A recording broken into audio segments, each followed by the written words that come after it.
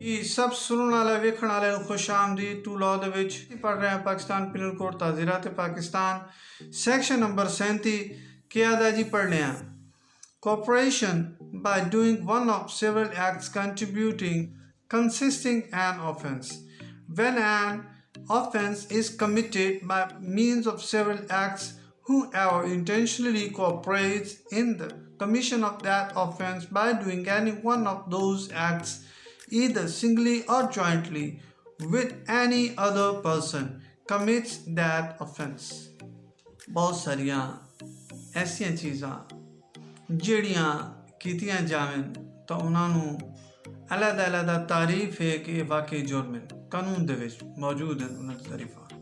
बहुत सारे ऐसे काम हैं बहुत सारी ऐसी चीज़ें हैं ਜਿਹੜੀਆਂ ਮਿਲ ਕੇ ਇੱਕ ਕੰਮ ਕਰਿੰਦੇ ਤਾਂ ਉਹਨਾਂ ਨੂੰ ਤਾਂ ਗੁਨਾਹ ਆਖੀਦਾ।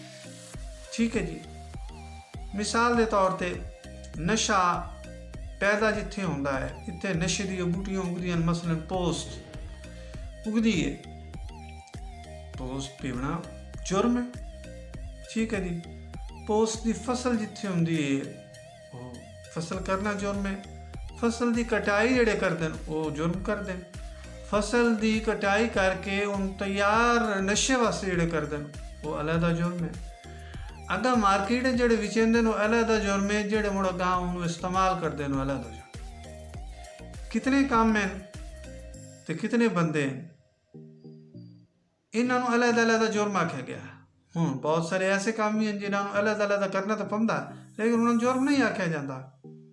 मसलन कार की चोरी हुई है जी, बंदे आए जी उन्हें कार की चाबी उन्होंने कोल आई ऑलरेडी जी लग पैंदी है।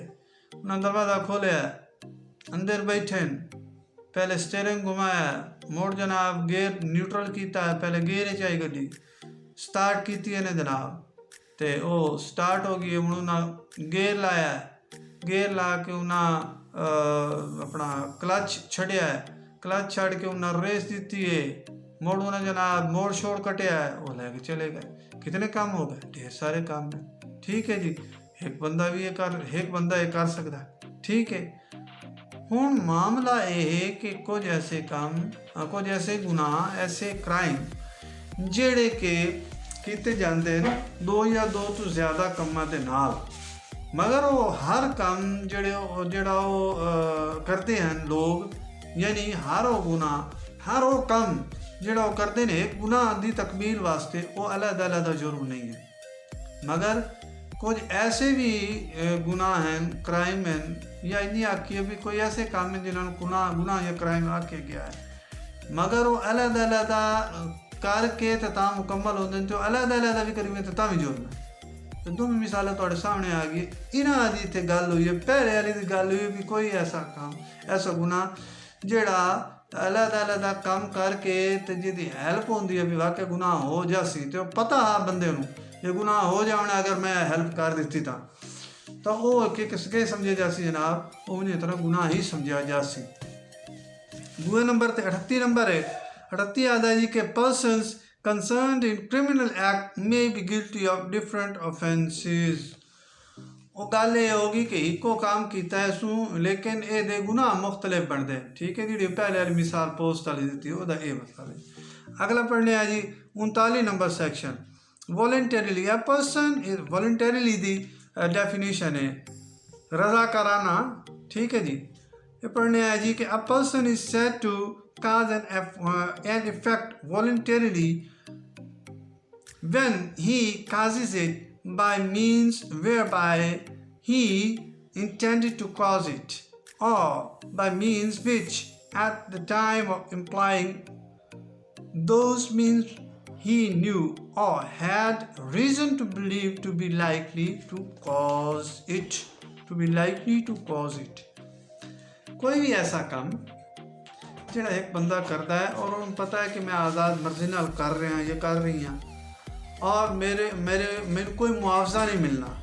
ठीक है, कोई यदा मुआवजा नहीं मिलना, कोई यदा अजर, कोई यदा पैसा, कोई यदि ऐसी कोई कीमत नहीं मिलनी तो मुड़ भी वो कर रहा ये कर रही तो उसनू रजाकाराना अक्सा या वॉलंटरीली अक्सा। ठीक हो गया। अगर जी 40 नंबर ऑफेंस ऑफेंस की तारीफ की है, यानी गुनाह की तारीफ की है।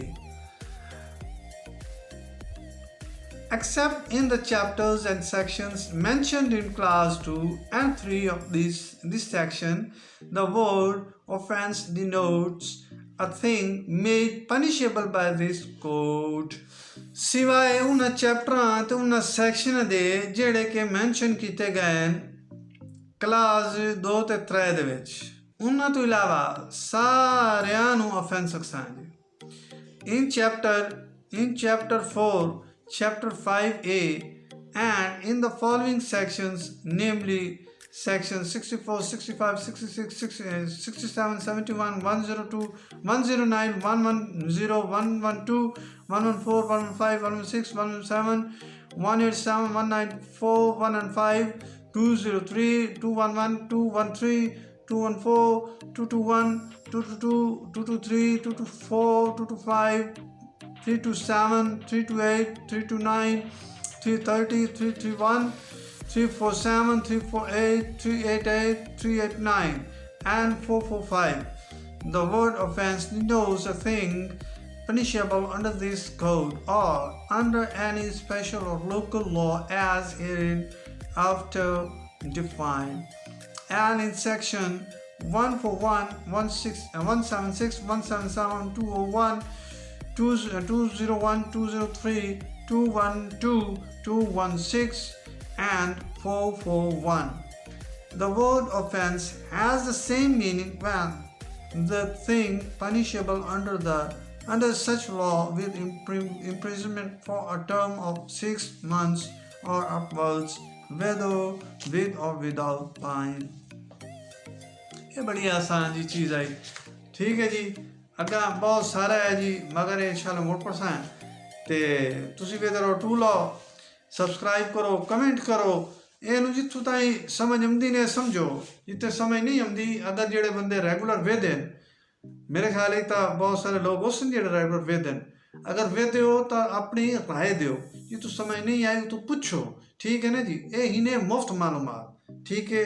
तो कोई किताब लैने की जरूरत कोई नहीं, कोई जनाब खास तौर पर सफ़र करके यूनिवर्सिटी कॉलेज तक जाने की लोड़ कोई नहीं, तुहानू घरे बैठिया बिठाया तुहानू ये पंजाबी अपनी जबान दे विच तुहानू दसेंदे पए, ठीक है जी। बहुत शुक्रिया। लाइक करो, सब्सक्राइब करो, शेयर करो, कमेंट्स करो, बेल दा आइकन प्रेस करो, सब्सक्राइब लाजमी करो, दोस्तन करवाओ। बहुत शुक्रिया, बाय बाय, अल्लाह हाफिज़।